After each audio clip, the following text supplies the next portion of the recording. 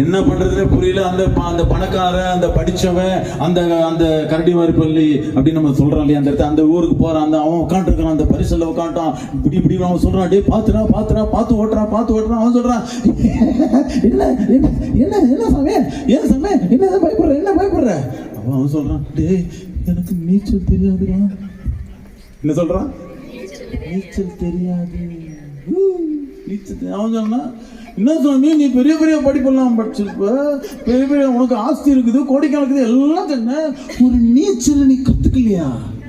இல்லடா, பயமா இருக்கு. சொல்ற வேலைக்கு அடிக்கிற ஒரு காத்துல படகு பரிசல் என்ன ஆயிடுச்சு? பரிசல் என்ன புரியுது தானே? பேப்பர் தட்டு மாதிரி இருக்கும். சாம்பர் டைவு யாரு?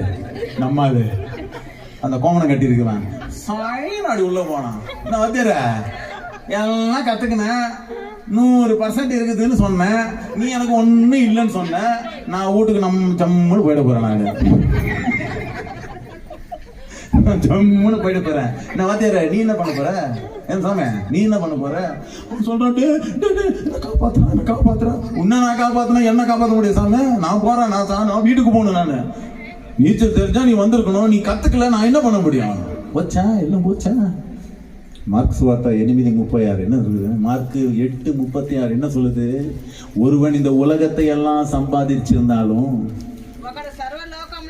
ఒకడు సర్వలోకమును సంపాదించుకొనినను, நல்ல கவனிங்க, తన ప్రాణమును పోగొట్టుకొనుకుంటే ఏమి ప్రయోజనము?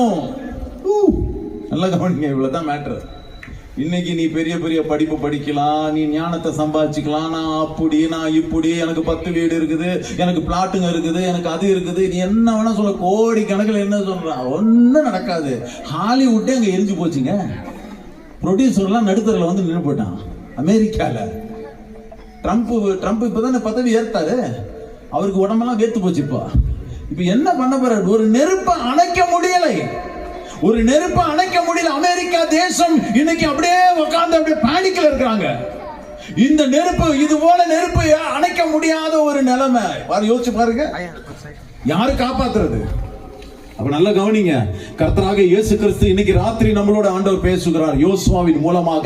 பயப்படாதே, நான் மோசேவோட இருந்தது போல உன்னுடனே நான் இருப்பேன், నిబ్బరము కలిగి ధైర్యముగా ఉండుము అని దేవుడు అంటున్నాడు. హల్లెలూయా.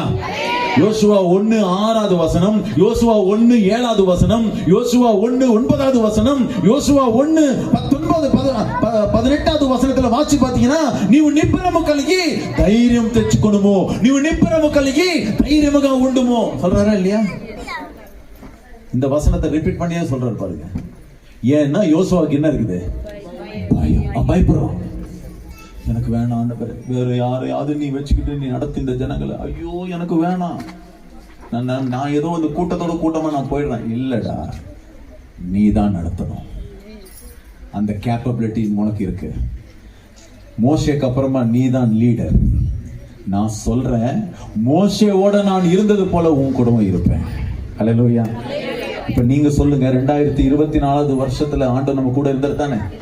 கொரோனா வந்துச்சு, கைவிட்டார் ஆண்டவர்?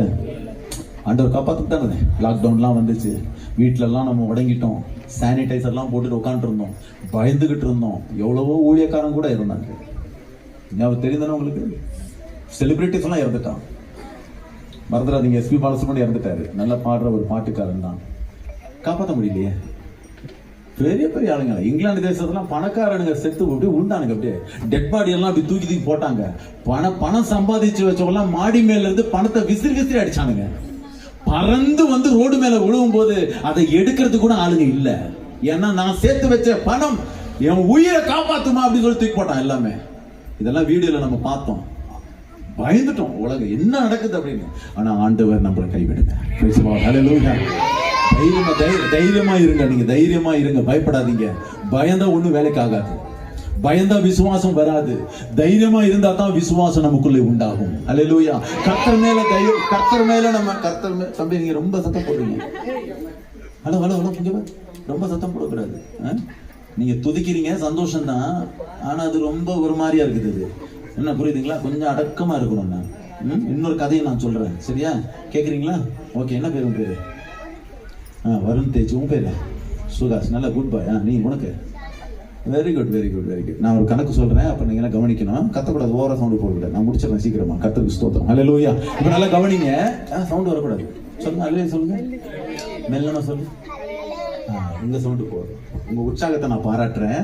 நல்ல சத்தமா போடுறீங்க, எனக்கு அதான் பிடிக்கும். கர்த்தருக்கு ஸ்தோத்திரம். அப்ப நல்லா கவனிங்க. அப்போ யோசுவாக்குள்ள ஒரு பயம் இருக்குது. ஆண்டவர் அதை என்ன செய்யறாரு? நீக்கிறார். நீ பயப்பட வேண்டாம், நான் மோசையோட இருந்தது போல உங்களோடையும் நான் இருப்பேன்.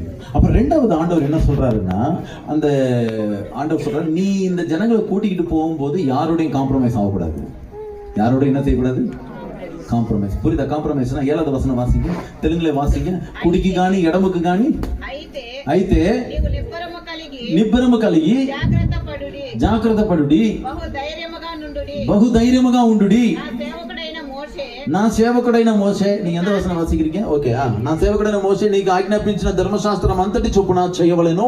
నీవు నడుచు ప్రతి మార్గంలో చక్కగా ప్రవర్తించినట్లు నువ్వు దాని నుండి కుడికి గాని ఎడము గాని తొలగిపోకూడదు. లెఫ్ట్ ఆర్ రైట్ நீங்க போக கூடாது. காம்ப்ரமைஸ் ஆகக்கூடாது. கர்த்தருக்கு தான் ஃபர்ஸ்ட் பீரியாரிட்டி. ஆமென். நீங்க ஆண்டவருக்கு தான் முதல் இடத்தை கொடுக்கணும். சொல்லுங்க எல்லாரும், ஃபர்ஸ்ட் ஜீசஸ். சொல்லுங்க வாய் திறந்து, ஃபர்ஸ்ட் ஜீசஸ். உங்களுடைய வாழ்க்கையில இயேசு தான் பிரதானமா இருக்கணும். அதுக்கப்புறம் தான் மத்தது.